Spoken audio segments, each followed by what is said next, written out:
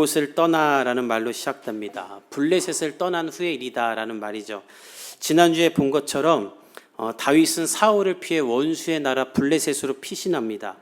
사울이 쫓아올 수 있는 곳이 어디일까? 어디로 가야 내가 안전할 수 있을까 생각하다가 내린 결론인데 다윗의 잘못된 판단이고 하나님이 원하시던 선택이 아니었죠. 하나님께 기름 부음 받은 하나님 나라의 왕이 될 사람이 하나님이 멸망시키기 원하시는 음란함과 거짓심과 방탕함이 넘쳐나는 나라로 피신한다는 것은 하나님이 원하는 일이 아니었어요. 이 고고학자들에 의하면요, 블레셋의 유물을 발굴하면 가장 많이 나오는 게 맥주잔이래요. 보통 책이 나온다든지 다른 게 나오던데 맥주잔만 나온대요. 얼마나 많이 술을 먹고 방탕하게 살았던 민족이지. 근데 이런 나라로 살기 위해 피한다. 이건 말도 안 되는 일이고 하나님이 기뻐하시지 않는 일이에요. 어떻게 다윗이 이렇게 행할 수 있었을까? 그 이유는 딱 한 가지인데 그가 하나님의 뜻을 헤아릴 만한 심적인 여유가 없었기 때문이에요. 요나단은 너 빨리 피신해라. 사울이 죽이려고 한다고 하지. 그래서 제사장 마을인 노브로 갔는데 그곳에는 사울의 최측근인 사울의 신복인 도액이 있지. 다음 주에 보겠지만 이 도액은 사울의 명령이라면 아주 그냥 따라야 되지 않을 것까지도 따르는 아주 악랄한 사울의 앞잡이입니다. 그 도액을 보는 순간 저 인간이 이제 나를 봤다고 사울에게 말하겠구나. 그렇게 생각하고 그냥 사울이 찾아올 수 없는 곳으로 빨리 피신한 거예요. 실제로 다음 주에 보면 이 긴박한 상황에 휩싸여서 그냥 생각난 대로 피한 것을 우리가 더 깊이 있게 알 수 있어요. 우리가 이런 다윗을 보며 무엇을 깨달아야 되냐면 아무리 바쁘고 피곤하고 정신이 없어도 여러분들이 꼭 하나님 앞에 우선순위를 놓으며 하루 10분이라도 기도하고 큐티하고 말씀을 볼 수 있기를 예수님의 이름으로 축복합니다. 그렇지 않으면 우리도 다윗처럼 잘못된 선택과 결정을 하게 돼요. 더 나아가 기도하지 않고 생각나는 대로 혹은 내 욕구가 끌리는 대로 결정하면서도 막연하게 하나님이 날 도와줄 거야 생각하다가 공경에 처하고 비참함을 당하고 수치를 당하게 돼요. 다윗이 그렇죠. 블레셋으로 가면 아무도 나를 못 알아볼 거야. 나는 괜찮을 거라고 생각했는데 다 알아봐요. 다 알아볼 뿐만 아니라 사울보다 더 큰 사람입니다. 실질적인 이스라엘의 왕입니다라는 그런 명령까지도 얻게 돼요. 그때서야 다윗은 잘못한 것을 알고 막 미친 척을 합니다. 그래서 풀려나요. 그래서 사람들은 미친 척 한 번 했다고 그렇게 쉽게 풀려날 수 있을까라고 말하지만 이 당시의 문화를 보면 이 미친 척이 전염병이라고 여겨졌대요. 미친 사람이 하나 있으면 그래서 빨리 쫓아냈던 이유는 옮을 수도 있다. 그래서 지난주에 봤던 대로 가드의 왕 아기스가 얘 빨리 치우라고 막 미친 척하고 침 흘리니까 지금 우리나라에 미친 사람이 없어서 한 명 더 들였냐 막 이러면서 쫓아내요. 근데 이걸 또 보면 다윗이 얼마나 착한 사람임을 또 알 수 있는데 사울이 미친 사람이었죠. 근데 다윗은 그 사울 앞으로 나아가 사울을 평안케 해주려고 수금을 연주해 주지 않습니까? 전염병일 수도 있는데 그때 당시에 사고로 따지면. 근데 다윗은 그럼에도 불구하고 사울을 위해 수금을 연주해 줬어요. 이런 착한 다윗을 사울이 죽이려고 하자 다윗은 또다시 새로운 곳으로 피신하는 것이 오늘의 본문입니다. 우리 1절에서 2절을 한번 같이 읽어볼까요? 1절에서 2절 시작. 그러므로 다윗이 그곳을 떠나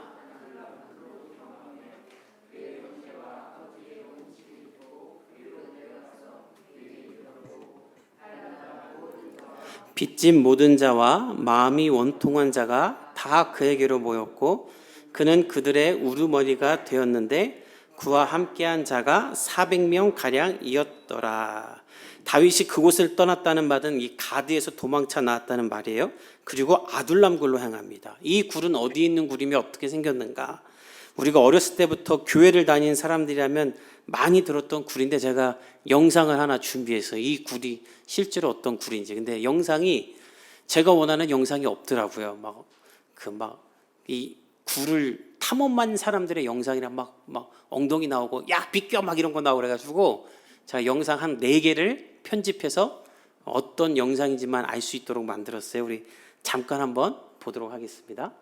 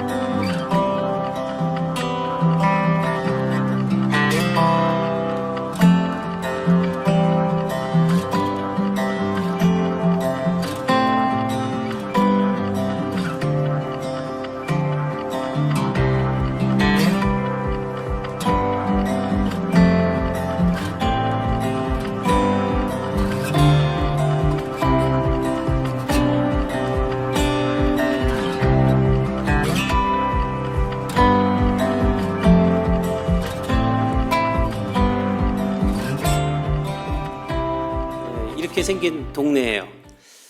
이곳은 우리나라에서 많이 성지 순례객들도 가지만 유대인 사람들, 히브리 사람들이 꼭 한번 가는, 우리로 따지면 경주 같은 곳이래요. 다윗이 피신했던 곳이다라고 아주 유명한 곳인데, 이 아둘람 굴로 다윗이 피한 이유, 이 아둘람 굴의 특징이 있어요. 아주 아름다운 초원지대에 있는 곳인데, 첫 번째는 이 아둘람 굴은 지형이 중립지대랍니다. 블레셋과 이때 당시에 블레셋과 이스라엘의 경계에 있는 중립지대로 하나님이 유다 지파에게 점령하라고 했지만 아직 점령하지 못했던 때라고 해요. 그래서 안전할 수 있는 거예요. 아무도 통치권을 갖고 있잖아요. 어느 곳에도 속해 있지 않은, 서로 정복하려고 하는 땅이기 때문에 사울이든 블레셋이든 다윗을 잡으려고 여기 왔다가는 저것들이 전쟁을 하려고 하나? 해갖고 전쟁이 일어날 수 있는 곳이기 때문에 다윗이 이곳으로 피한 거예요. 두 번째는 이 아둘람의 특징은 본 것처럼 석회암으로 된 굴이기 때문에 잘 파인대요. 그래서 영상 안에 보면 굴 안에 막 조각도 있고 뭐 안에 또 다른 굴이 있죠. 계속 이제 판 거예요, 굴을. 그래서 제 생각에는 이따 보겠지만 남자만 400명이 이 굴로 모이거든요. 집집마다 굴 하나씩 파갖고 이렇게 자기들 가정에 방을 하나 만든 게 아닐까. 굴 안에 굴이 있고 굴 안에 통로가 있고 계속 이렇게 많은 사람들이 기거할 수 있는 여건을 만들 수 있는 굴이었어요. 마지막으로 이 아둘람 굴의 특징은 밖이 본 것처럼 초원지대예요. 너무 아름답죠. 저는 이스라엘에 광야만 있는 줄 알았는데 가보지 않아서 이렇게 아름다운 초원지대가 있는지 몰랐어요. 풍부한 열매와 양식이 있기 때문에 400명이나 되는 사람이 먹을 수 있는 것들이 있었던 지형이에요. 다윗은 이곳으로 피신을 합니다. 그러자 다윗의 가족들도 이곳으로 오게 돼요. 본문에 보면은 다윗이 이쪽으로 피하자 다윗의 가족들, 아버지와 그의 형제들도 찾아왔다라고 말해요. 둘 중에 하나일 거예요. 사울이 다윗의 집안을 멸하려고 하기 때문에 피신을 하러 온 것일 수도 있고, 아니면 다윗을 도와주기 위해 온 것일 수도 있어요. 근데 가족들이 오자 또 무슨 일이 일어나냐면, 오늘 여러분들 1절에 보면 사람들이 다윗을 찾아오는데 무려 400명이 나옵니다. 근데 이때 당시에 사람을 계수할 때는 우리가 오병이어 기적 때도 마찬가지지만 남자만 계수를 해요. 군대에 갈 수 있는 사람만.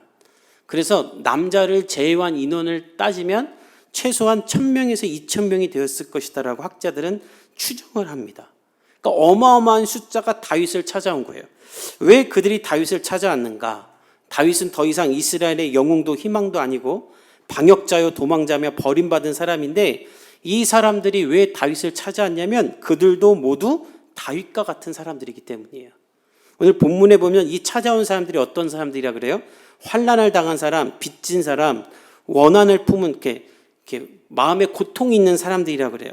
그러니까 삶의 고난을 만나 어디론가 피신을 해야 되는 사람들인데, 나를 인도해 줄 지도자가 필요하니 다 다윗에게 나온 거예요. 마치 예수님 앞으로 세리들, 죄인들, 창녀들, 버림받은 사람들이 온 것처럼 다윗에게도 그 사람들이 온 거예요. 그리고 다윗은 그 도망자들을 다 자기의 백성으로 품어줘요. 그런데 여기서 우리가 유익 있게 보는 거 있어요. 이 본문을 문자 그대로 보면 다윗에게 온 사람들은 다 인생에서 실패한 사람들이구나, 다 어디서 빚지고 사업 실패한 사람들이구나 이렇게 생각할 수 있지만 그런 사람들이 아니에요. 이 본문에 환난을 당했다는 말은 원문을 보면 외부로부터 오는 압력과 고통을 받은 사람들인데, 학자들은 사울로 인해, 사울 때문에 오랫동안 시달린 사람들이나 사울에게 반대의 입장을 표명해서 사울에게 고통을 당했을 정치인들일 것이다 라고 이야기를 해요. 여러분 생각해 보세요. 사울은 귀신 들린 사람이죠. 그걸 하나님 앞에 버림받은 사람이에요. 하는 일마다 하나님 앞에 망령대행하는 사람들이에요. 그 사울에게 고통을 당하는 사람이라면 옳은 사람이겠습니까? 악한 사람이겠습니까? 그러니까 이 사람들은 사울이 하는 잘못된 일들을 지적하다가 사울에게 미움을 당한, 하나님 앞에 옳은 일을 하던 사람들이지 갈 곳이 없어서 자기가 실패해서 온 사람이 아니라 하나님이 기뻐하는 일을 하다가 환난을 당한 사람들임을 말해요. 다윗처럼. 빚진 사람도 마찬가지예요. 이 빚졌다라는 말은 빚진 상태뿐만이 아니라 높은 이자를 갚지 못해서 재산을 몰수당한 사람, 간탈당한 사람을 말하는데, 사울에게 재산을 빼앗겨서 하루아침에 노예가 돼버린 사람들을 말해요. 그리고 마지막으로 마음이 원통한 사람들이 왔다라고 하는데, 이것은 새끼 이름 곰이 격분한 것처럼 사울에게 환난을 당하고 빚을 져서 너무 마음이 괴로운 사람들이 다윗에게 온 거예요. 즉 이 사람들은 어떤 사람들인가? 뭐 죄를 지어서 벌을 받아서 인생의 실패자가 되어서 다윗에게 온 것이 아니라 악한 사울을 따르지 않을 뿐만 아니라 그에게 대항하며 하나님의 말씀에 따라 선하고 의로운 일을 하다가 환난을 당한 사람들이 다윗에게 몰려들었다는 거예요. 그리고 다윗을 자신들의 리더로 세운 거예요. 하나님은 사울이 다스리던 때에 하나님의 말씀에 따라 살면서 고난을 당한 사람들을 모아서 한 공동체를 일으켜 주신 거예요. 선하고 의롭기 때문에 환난을 당하고 빚을 지고 마음이 원통해진 사람들을 하나님이 버리시지 않으시고 하나님이 기뻐하는 세상을 다윗과 함께 새로 세우기 위해 하나의 공동체를 만드신 거예요. 저는 이 본문을 묵상하면서 우리 복음의 교회가 이런 공동체가 되기를 간절히 바랍니다. 우리의 예배가 이런 자들이 모여드리는 예배가 되기를 원하고, 우리 교회 셀 모임이 이런 마음을 가진 사람들이 함께 모여서 위로하고 기도하는 공동체가 되기를 원해요. 왜냐하면 여러분들이 이 세상에서 하나님의 뜻대로 살다 보면 이 아둘람 사람들과 같은 어려움을 당할 것이기 때문이에요. 여러분, 다윗처럼 살면, 아둘람 사람처럼 살면 어려움을 당하게 됩니다. 왜냐하면 사울이 다스리는 세상에 우리도 살고 있기 때문이에요. 여러분의 직장 상사나 여러분들의 거래처나 이 세상의 지도자들이 다 요셉 같고 예수님 같고 다윗 같으면 어려울 일이 없어요. 이 세상의 지도자들이, 이 세상의 정치인들이 정말 성령 충만한 하나님의 사람들이라면 악인이 고통받는 그런 일은 안 나타날 거예요. 그래서 하나님의 말씀과 복음이 이 세상을 덮이기를 우리가 기도해야 돼요. 여러분, 정치인들은 절대 이 세상을 못 바꿉니다. 자기들끼리 서로 고발하고 고소하는 사람들이 어떻게 세상을 바꾸겠어요? 하나님의 말씀에 따라 사는 사람들이 일어나야 세상이 선해질 수 있어요. 그런데 안타깝게도 우리가 사는 이 세상이 그렇지가 않죠. 사울과 같이 미쳐버린 사람들이 다스리는 세상입니다.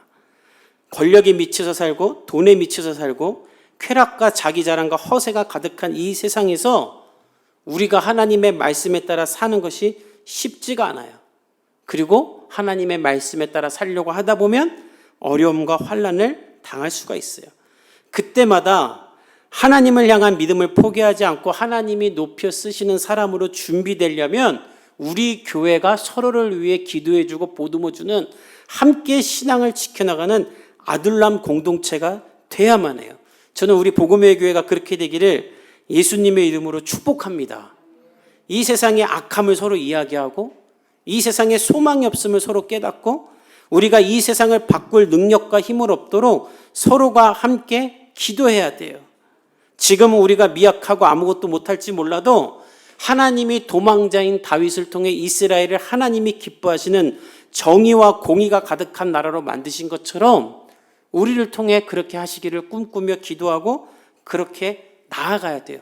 이것이 저와 여러분이 이 교회를 향한 비전이고 기도가 될 수 있기를 예수님의 이름으로 축복합니다. 또한 우리가 꿈꿔야 될 것이 있어요. 그것은 무엇인가? 바로 여러분 각자가 여러분이 속한 곳에서 다윗과 같은 사람이 되어야 되는 것입니다. 오늘 2절에 보면 환난당한 모든 자와 빚진 자와 마음이 원통한 자가 다 다윗에게 왔다. 그리고 다윗은 그들의 리더가 됐다 그래요. 저는 여러분의 삶 가운데 여러분의 직장 동료든 학교 친구든 뭐 그냥 이웃이든 간에 환난을 당한 사람, 마음이 원통한 사람이 여러분을 찾아올 수 있기를 예수님의 이름으로 축복합니다. 여러분, 그런 사람 돼야 돼요. 여러분이 같이 일하는 그 건물, 빌딩 안에 있는 사람들 중에 어려움이 있고 고민이 있는 사람이 저 사람이라면 내 마음을 들어줄 거야. 저 사람이라면 이런 악습을 끊어줄 거야. 그런 기대와 소망을 여러분을 갖고 품고 여러분에게 와서 기도를 부탁할 수 있게 되기를 예수님의 이름으로 간절히 축복합니다. 하나님은 우리가 그런 사람 되기를 원하세요. 제가 최근에 어떤 영상을 하나 봤는데 야구 좋아하는 사람은 다 아는데 우리나라의 전설적인 투수였던 정민태라는 그 투수의 인터뷰를 봤어요. 우리나라 최고의 우한 투수였던 사람 중에 하나예요. 선동열 다음으로. 그분이 크리스찬이세요. 근데 그분이 이제 중고등학교를 야구선수라고 한양대학교를 진학을 했는데 진학해서 봤더니 너무 구타가 심했대요. 정말 얼마나 많이 때리던지 야구선수 신입생 중에 절반 이상은 그만두고 나갈 정도로. 그리고 이 정민태 선수의 후배가 또 전설적인 투수인 구대성 선수인데 이 선수도 1년 후배인가 그런데 얼마나 같이 맞았던지 학교를 중퇴하고 그냥 프로로 갈 정도로 많이 맞았대요. 근데 이 정민태 선수는 잘 맞지도 못하고 또 워낙 잘하다 보니 많이 안 때렸대요. 그리고 방학 때는 국가대표로 맨날 나가니까 자기는 그렇게 많이 맞지 않았대요. 근데 자기 후배들은 정말 많이 맞았대요. 그래서 이분이 내가 선배가 되면 이 구타 문화를 다 없애야겠다 생각했대요. 그리고 정말 다 없앴대요. 그래서 그의 1년 후배였던 구대성이라는 선수가 실제로는 정민태보다 나이가 많은데 아직도 형이라고 부르는 이유는 정말 이 정민태 선수가 이 문화를 더 없애서 자기가 존경까지 한다라는 거예요. 저와 여러분이 이런 일을 해야 돼요. 왜 해야 되냐면 이 정민태 선수가 그런 말을 해요. 자기가 이 문화를 다 없앴는데 자기가 졸업하고 나서 이 문화가 다시 부활을 했대요. 그래서 한참 후배인 옆에 있었던 심수창이라는 이 학교 후배가 자기는 선배님이 없앤 그거를 다 그대로 당했다라 그래요. 지금 이게 이 세상이에요. 하나님의 사람들이요, 이 세상에 더럽고 추잡한 것들을 이미 100년 전에 한국교회가 부흥할 때 다 없앴어요. 우리나라가 얼마나 도둑질을 많이 하고 거짓말을 많이 하고 사람을 죽이던 나라였습니까? 근데 이 나라가 부흥이 일어나고 교회들이 세워지고 하나님의 사람들이 정결하게 살자 이 나라가 깨끗한 나라가 되었었어요. 근데 지금 다시 이 나라가 왜 악해지는가? 저와 여러분이 다윗처럼 이 세상을 변화시키는 사람들이 되지 못하기 때문에 한국교회가 그 일을 하지 못하기 때문에 이 세상이 다시 이렇게 악해지는 거예요. 여러분, 우리가 다윗이 되어 원통한 사람들을 품고 그들을 변화시키지 않으면 세상은 다시 악해지고 더 많은 악들이 쌓이게 되어 있습니다. 저는 여러분들이 여러분의 회사에 외로운 사람이 있으면 그 사람이 나에게 커피를 한 잔 사달라고 연락 오기를 기도하는 사람이 되기를 예수님의 이름으로 축복합니다. 여러분 주변에 코로나로 인해서 신앙을 잃어버린 사람들이 여러분에게 연락이 와야 돼요. 한국 교회 이 표를 보면은요, 지난 29년 동안 한국 교회는 계속 이렇게 쇠퇴했대요. 근데 재작년에 코로나 이후로 이게 정점을 찍어서 굉장히 많은 교회들이 이제 다 문을 닫기 시작했대요. 정말 우리 교회가 살아남은 건 하나님의 은혜예요. 어떻게 살아남은지 저도 모르겠어요. 이때에 하나님은 또 다른 아둘람 공동체를 만들기 원하시는데 우리 교회가 아둘람 공동체가 됐으면 좋겠고 여러분 각자는 그 아둘람 공동체를 만드는 또 한 명의 다윗들이 됐으면 좋겠어요. 아까 영상에 봤지만 아둘람 굴은 딱 하나죠. 근데 그 굴 안에 들어가면 조그만 굴들, 조그만 통로들이 계속 나오지 않습니까? 여러분들이 그런 조그만 통로를 만드는 사람들이 되기를 예수님의 이름으로 축복합니다. 다윗은 그 일에 전념하기로 해요. 그래서 어떤 일까지 하는가? 우리 3절과 4절을 읽어봅시다. 시작. 다윗이 거기서 모압 미스베로 가서 모압 왕에게 이르되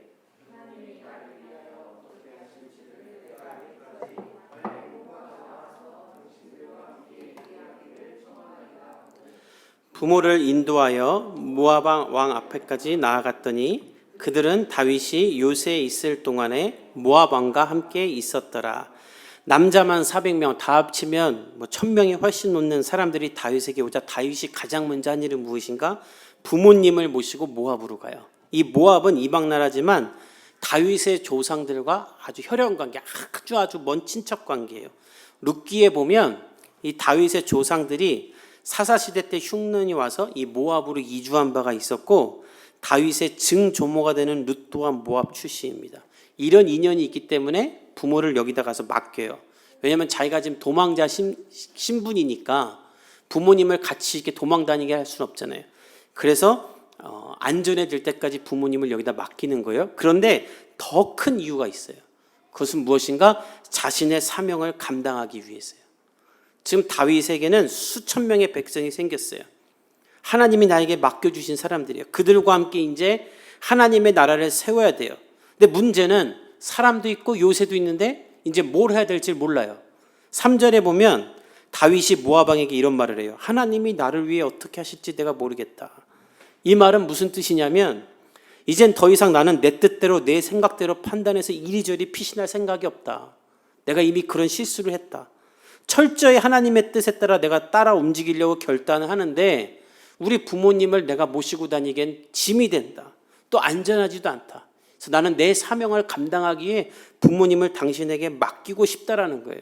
즉 단순히 부모를 잘 모시는 것이 아니라 하나님의 일을 행하기 위해 하나님이 원하는 비전을 이루기 위해 삶을 지금 정리하고 있는 거예요. 마치 예수님의 어머니와 형제들이 찾아왔을 때 누가 내 어머니고 내 형제냐? 내 뜻대로 행하는 사람이 내 어머니고 내 형제이다라고 말하는 것처럼 하나님의 뜻을 이루기 위해 삶을 정리하는 거예요. 전 여러분의 삶에도 이런 정리가 있을 수 있기를 예수님의 이름으로 축복합니다. 사람은 계속 정리해야 돼요. 방 정리하고 자동차 정리만 하는 것이 아니라 인생도 정리해야 돼요. 하나님의 뜻에 따라 살기 위해 정리를 해야 돼요. 여러분 사람은 결혼하기 전에 해야 될 정리가 있고 결혼하고 나서 해야 될 정리가 있고 애를 키우면서 해야 될 정리가 있어요. 이 정리를 안 하고 살면 계속 어려운 일이 생겨요. 결혼하고도 애를 키우면서도 게임하고 사람 만나러 다니고 야구와 축구에 미쳐 있으면 그 가정은 행복할 수 없어요. 심지어 하나님 나라를 위해 삶을 살겠다고 하면서도 삶을 정리하지 않으면 하나님이 그를 사용하겠습니까? 오늘 이 예배 후에 여러분의 삶을 정리할 수 있기를 축복합니다. 하루 10분 큐티도 안 하면서 인스타그램을 하고 페이스북을 한다. 그거 풀어 오늘 지우세요. 기도도 안 하고 금요기도도 안 나오면서 사람은 만나고 영화는 본다. 그럼 블레셋으로 가는 거예요. 블레셋으로 피하러 가는 거예요. 하나님이 여러분의 삶에 말씀하시기를 기대한다면 하나님의 뜻에 따라 살기 위해 삶을 먼저 정리해야 돼요. 다윗은 그 일을 하는 거예요. 그리고 그 일을 행하자 어떤 일이 일어나는가? 하나님이 다윗에게 말씀하기 시작하고 하나님이 다윗에게 계속 말하기로 결정을 하십니다. 그것이 5절에 있어요. 5절을 한번 같이 읽어봅시다. 시작. 선지자 갓이 다윗에게 이르되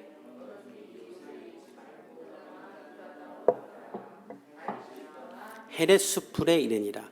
다윗이 하나님의 뜻을 이루기 위해 자기에게 온 수천 명의 사람들을 돌보기 위해 결단하자 하나님이 말씀이 임하기 시작해요.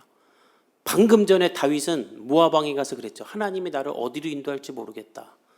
근데 하나님이 바로 말하기 시작하세요. 특별히 5절에 선지자 갓이 다윗에게 말하기 시작했다고 하죠. 이 갓은 사무엘의 제자로 학자들은 추정하기를 사무엘과 있었는데 하나님이 이 갓을 통해 어떤 메시지를 전하려고 다윗에게 보냈을 수도 있다라고 말하는 사람도 있고 어쩌면 아둘람 굴에 그냥 같이 있었는데 하나님이 선지자니까 그를 통해 다윗에게 말하기 시작했을 수도 있다라고도 말해요. 근데 중요한 건 이 갓이 이때뿐만이 아니라 나중에 다윗이 왕이 된 이후에도 왕궁의 다윗과 함께 있으면서 계속 다윗에게 선지자 역할을 하고요. 다윗의 행적도 기록하고 나중에 다윗이 인구조사라는 큰 죄를 지을 때는 그 죄를 지적하고 심판을 예언하기도 하는 일을 다윗의 평생에 해요. 즉 이것은 무엇을 말하냐면 하나님이 다윗에게 이 갓이라는 선지자를 붙여서 내가 앞으로 너에게 이 갓을 통해 수시로 말하고 너의 앞길을 지도하고 너를 예비하겠다라고 지금 말씀하기 시작하신 거예요. 다윗이 하나님의 뜻에 따라 살기로 결단하고 삶을 정리하자 하나님도 다윗에게 말하기 시작하시는 거예요. 우리는 이거를 거꾸로 해요.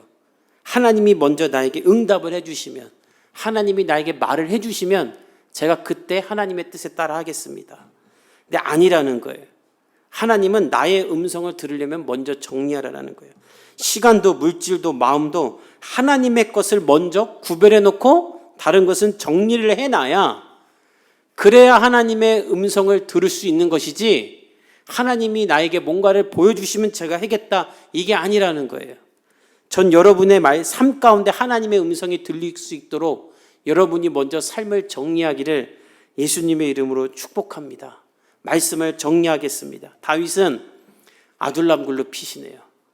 그러자 하나님이 하나님의 사람들을 보내주고 자신을 따르는 사람들을 만들어주고 자신에게 하나님의 음성을 들려줄 사람까지도 보내주세요. 여러분의 삶 가운데 어려움이 있어서 피하고 있고 도망 다니고 있습니까? 하나님은 여러분에게 좋은 것들로 채우실 줄 믿습니다. 내가 너와 함께 있다는 것을 여러 가지로 계속 표중해 주실 거예요. 돌아오는 한 주 그 하나님을 붙잡고 하나님과 함께 거하기를 예수님의 이름으로 축복합니다. 아멘. 그리고 또 하나, 아둘람 굴에 있는 사람들처럼 저와 여러분이 이 세상에서 고난과 어려움을 당할 때 이 교회 안에서 함께 기도하고 비전을 나누고 위로할 수 있기를 예수님의 이름으로 축복합니다. 우리 함께 기도하겠습니다.